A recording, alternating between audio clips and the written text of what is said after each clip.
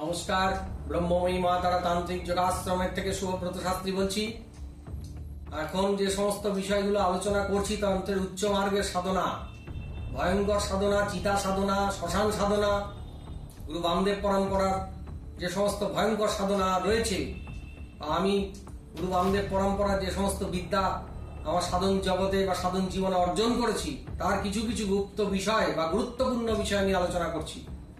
এই সমস্ত বিষয়গুলো কখনোই কোনো সাধারণ গৃহী সংসারী পরিবারের ছেলে মেয়েদের জন্য নয়।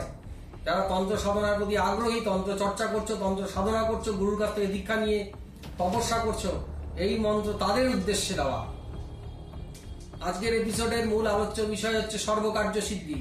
রক্ত চামুন্ডা সাধনার মধ্যে দিয়ে শত্রু বিনাশ, শত্রু উচ্ছেদ, শত্রু ধ্বংস, শত্রু দমন, এই সমস্ত সিস্টেমগুলো বলে দিয়েছি। কি করে সাধনা করবে, কি করে প্রয়োগ করবে সেগুলো বলেছি।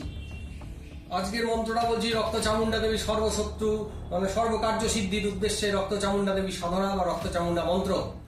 ওম হ্রিং রং রক্ত চামুন্ডা ওই মম সর্বকার্য সিদ্ধিং, মম তন্ত্র সিদ্ধিং, কার্য সিদ্ধিং, বাক সিদ্ধিং কুরু কুরু হ্রিং রং স্বাহা। একবারই বলবো, বারবার বলবো না। গুরুমুখী বিদ্যা একবারই বলবো, মাথায় ব্রেনে ঢুকিয়ে নিতে হবে। চ্যানেলটাকে বারবার ভিডিওটাকে দেখে খাতায় ভালো করে টুকে নেবে। এই সাধনাটা 45 দিন করবে, প্রত্যহ 1080 বার অর্থাৎ 10 মালা করে করবে। গুরুকে স্মরণ করে, ইষ্ট দেবী দেবতাকে স্মরণ করে, দেবাদিদেব মহাদেবকে স্মরণ করে, ইষ্ট নাম জপ করে তারপরে এই সাধনা শুরু করবে। রাত্রি 12টা থেকে 3টের মধ্যে মহানিশির মধ্যে সাধনাটা করবে। প্রত্যহ 1080 বার অর্থাৎ 10 মালা রুদ্রাক্ষের মালা জপ করবে। মাকে বাটিতে কারণ নিবেদন করবে। 45 দিনের টানা সাধনা করবে। জীবনে অর্থনৈতিক উন্নতি হবে। যে কাজগুলো আটকে আছে, বড় বড় কাজগুলো যদি আটকে থাকে, সেই কাজগুলো সফল হবে। চাকরি পাচ্ছ না, চাকরি হয়ে যাবে। বিয়ে হচ্ছে না, বিয়ে হবে। অর্থনৈতিক উন্নতি হচ্ছে না, উন্নতি হবে। সংসারে শান্তি নেই, উন্নতি নেই, সমৃদ্ধি নেই, সেই জায়গাগুলো পরিপূর্ণতা লাভ করবে। সন্তান হচ্ছে না, সন্তান হবে। কাজকর্ম হচ্ছে না, কাজকর্ম হবে। রোগ ব্যাধিতে জর্জরিত আছো, রোগ ব্যাধি থেকে মুক্তি লাভ হবে। যে উদ্দেশ্য নিয়ে, যে সংকল্প করে তুমি এই তপস্যা করবে টানা 45 দিন,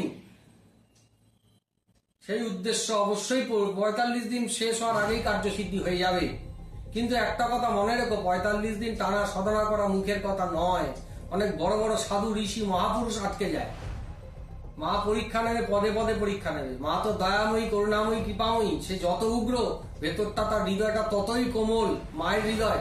মা তোমার সাথে খেলা করবে, দুষ্টুমি করবে, তোমাকে পরীক্ষা নেবে, বাধা দেবে, কিন্তু মা তোমাকে আবার সেই জায়গা থেকে উদ্ধার করে নিয়ে আসবে। কিন্তু মনে রেখো, মায়ের যে সমস্ত অনুচরগুলো আছে না, তারা এমন ভয়ঙ্কর জ্বালাতন করবে, আসনে তোমাকে বসতেই দেবে না, আসন থেকে তুলে ছুঁড়ে ফেলে দেবে। এই পরীক্ষাগুলোকে আমি উত্তীর্ণ করেছি। এগুলো কোনো খাতায়, কোনো বইতে, কোনো কলেজ স্ট্রিটের পুস্তকে পাবে? নিজের সাধনার অভিজ্ঞতা, নিজের দীর্ঘ বছরের তপস্যার অভিজ্ঞতা দিয়ে বলছি। এই সমস্ত সমস্যাগুলো আমি ফেস করেছি বলেই আমি বলতে পারছি। মায়ের অনুচরগুলো যা পরীক্ষা, যা কষ্ট দেবে। মৃত্যুকে যদি ভয় পাও তাহলে এই সাধনা করো না। যদি মৃত্যুকে ভয় না পেয়ে মায়ের চরণে নিজেকে সমর্পণ করতে পারো, নিজের জীবন মৃত্যুকে মায়ের চরণে নিবেদন করতে পারো, তবেই এই তপস্যা করতে যেও। বুকের পাটায় যদি জোর থাকে তবে এই সাধনা করো। রক্ত চামুন্ডা দেবী কাউকে ছেড়ে কথা বলে না। সন্তানকে যেরকম ভালোবাসে, ভুল করলে শাস্তিও দিয়ে দেয়। আর মায়ের অনুচরগুলো আরো বেশি ভয়ঙ্কর। মা যতটা না ভয়ঙ্করী, মায়ের অনুচরগুলো জ্বালিয়ে পুড়িয়ে শেষ করে দেবে। এত কষ্ট, এত যন্ত্রণা দেয় একটা সাধককে, তা বলে বোঝানো নয়। তন্ত্র সাধনা হচ্ছে সবচেয়ে ভয়ঙ্কর সাধনা। বিশ্ব ব্রহ্মাণ্ডের সমস্ত ভয়ঙ্কর সাধনা হচ্ছে তন্ত্র সাধনা। তন্ত্রের উপর আর কিছু নেই। যেখানে জগতের সমস্ত কিছু শেষ, সেখান থেকে তন্ত্র সাধনার শুরু। ঠিক আছে, আমার কথাগুলো ভবিষ্যতে যারা সাধনা করছো তাদের কাজে লাগবে। এই অভিজ্ঞতাগুলো ভবিষ্যতে তোমাদের কাজে লাগবে। কি করে এই সমস্যা থেকে বেরোতে হবে, মাই পথ দেখাবে। মায়ের কাছে প্রশ্ন করবে, মায়ের কাছে প্রার্থনা করবে। কারণ এই জগৎ সংসারে মায়ের থেকে আপন আর কেউ নেই।